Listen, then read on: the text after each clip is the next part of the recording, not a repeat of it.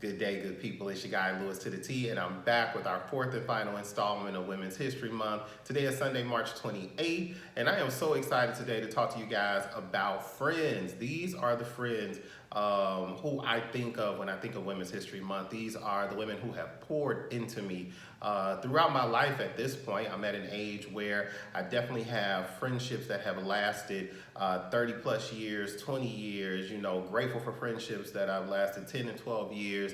And that's how I was thinking about it today when I really was preparing to sit down and talk with you all about the friends, the female friends, the women in my life who are not family, who are not co-workers. These are people I met along the way, typically in a school setting, a classroom setting, and they have just blessed and enhanced and changed my life.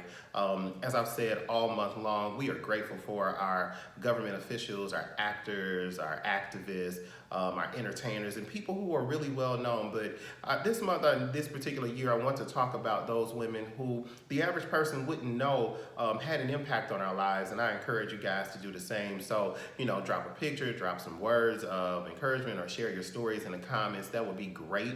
For me, I am, I'm humbled and I am really grateful to be able to talk about friends. But for me, there's so many. There's so many women that I've met along the way. At the time, these were girls. We were in high school.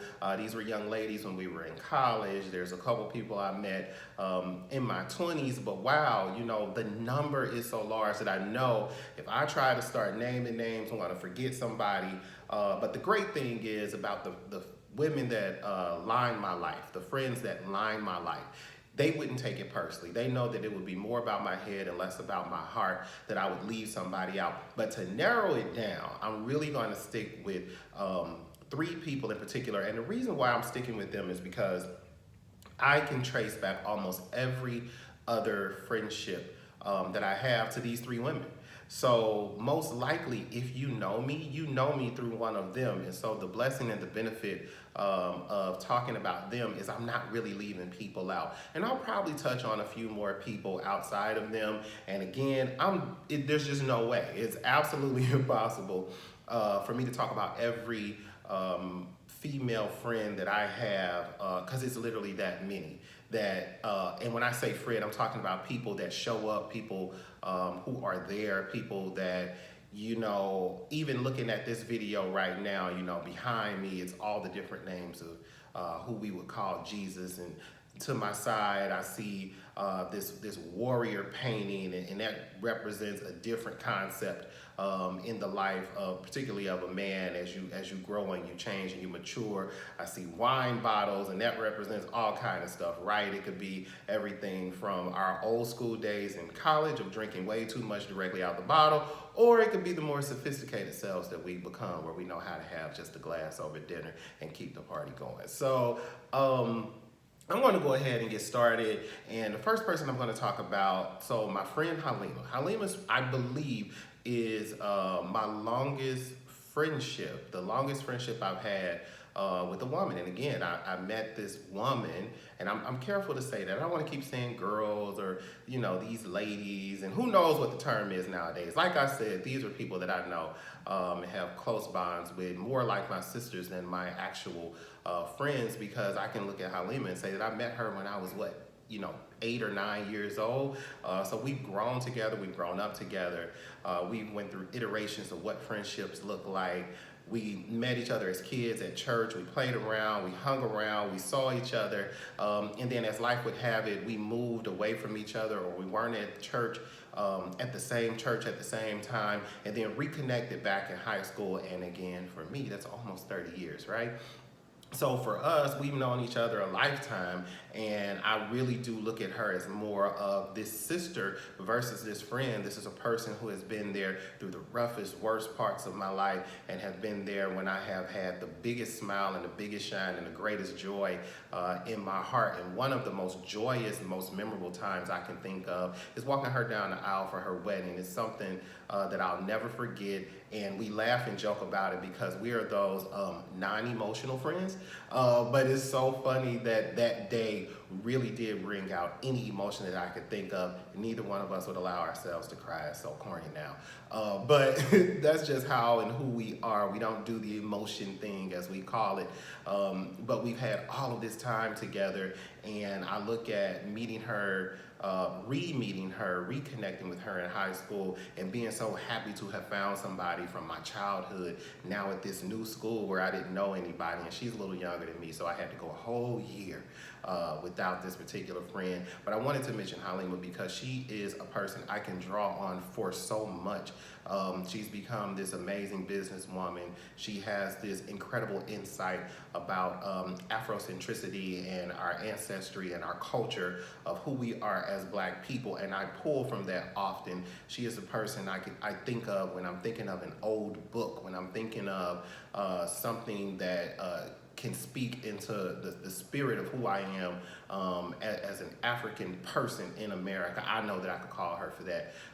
And then she'll be right there. And she's also the person who I laugh with religiously about The Cosby Show. We know every line, we know every episode. It is not uncommon for me to just text her one word or one sentence and she busts out laughing and cracking up because we know this whole show. And that is literally part of the bond of who we are, and that's Halima, and I'm going to tag her so you guys can know who she is. And speaking of high school, university, city, so Halima and I met, like I said, around the age of 8 or 9, right? So that's hitting like 38 years or something along that line. But in high school, then I met LaShae. Shay, as I call her. She has so many different names that all of my friends have given her along the years, but Shay is the person that we connected in high school, in history class, and I can't remember a time where we didn't communicate. I can't remember a time where we didn't talk on the phone. I cannot remember a time where we didn't write letters. Yeah, we're that many years old, that when you went away to college, there was not a ton of emails, if any. There was not a lot of phone calls unless we had the money to the side to pay that long distance bill, but we would write each other letters and we just never stopped communicating. We literally bonded when I got to high school and have been inseparable. This is my friend who I have a bond that says if we haven't heard from each other in a couple days, literally a couple days, then something might be wrong, or even if we're extremely busy, we just check in and say, you all right? What's going on? You good? Even if it's just to say good morning, we talk every day. And so I don't even need to give you a ton of details. She is just that person that we're on the phone every day just saying hi. How are you? Good morning. How was your day? And then we talk maybe once every 2 to 3 weeks for hours, to the point where we're looking at the phone and I'm like, wow, you just talk too much. You talk all the time, and we both say that to each other because, of course, we're talking to each other. But it is hilarious that somebody you talk to every day for this many years, over 30 at this point, we've known each other, and we still have 2, 3, 4 hour phone sessions, you know, every 3 weeks or maybe once a month where we just can't get off the phone. And it's really all because of her. She just talks a lot. That's what that is. And then right after high school, I go to college and I'm walking across the yard, maybe 2 weeks into school, and I see this young lady and her friends. It's Leslie. You know, now she's Dr. Leslie K. Doyle, right? But at this time, she was just Leslie. So I meet Leslie at Northwest Missouri State, and just like LaShae, we meet, we have a conversation, and I can't think of a time that we haven't talked, that we have not been friends. And with her, again, approaching like 30 years that I've known her. So with Shay, it's over 30 years. With Halima, it's knocking on 40 years because we were kids. And then I think about Leslie, and I know that it's been just sheerly based on age, it's been almost 30 years of friendship. And I emphasize that because friendship really does have to be tested over time. Again, these are people that show up. They're always fully present. These are the people that you used to kick it with, but these are also the people that can pray for you, that can talk you through, that can walk you through and work you through any situation. Leslie and I bonded over so much so fast. Our families were like mirror images of each other. She grew up in Kansas City. I grew up in St. Louis.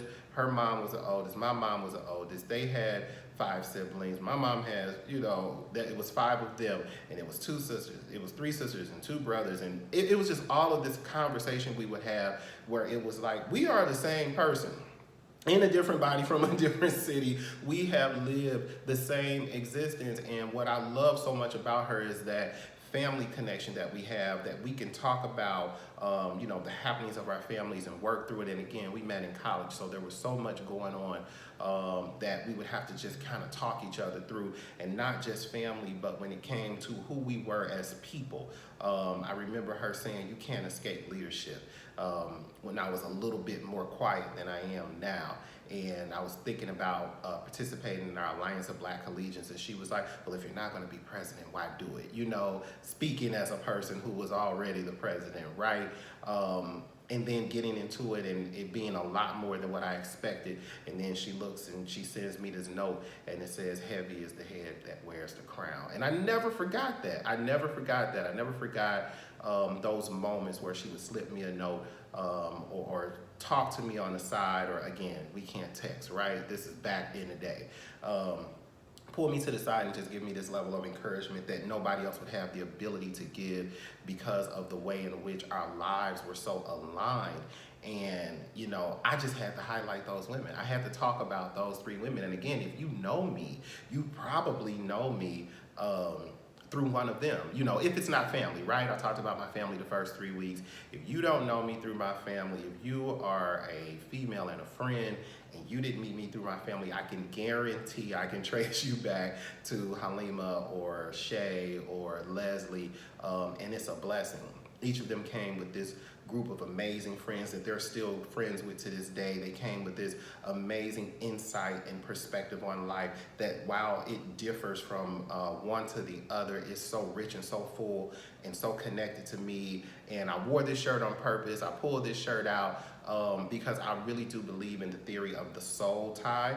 I know I'm not the first person to say it, but I really am probably going to go deeper into it in videos to come. But I believe that people who are really connected to you, people who are bound to you, you all have a soul tie. There is something unseen that happens in your connection that really keeps and maintains you in friendship, in loveship, as I call it.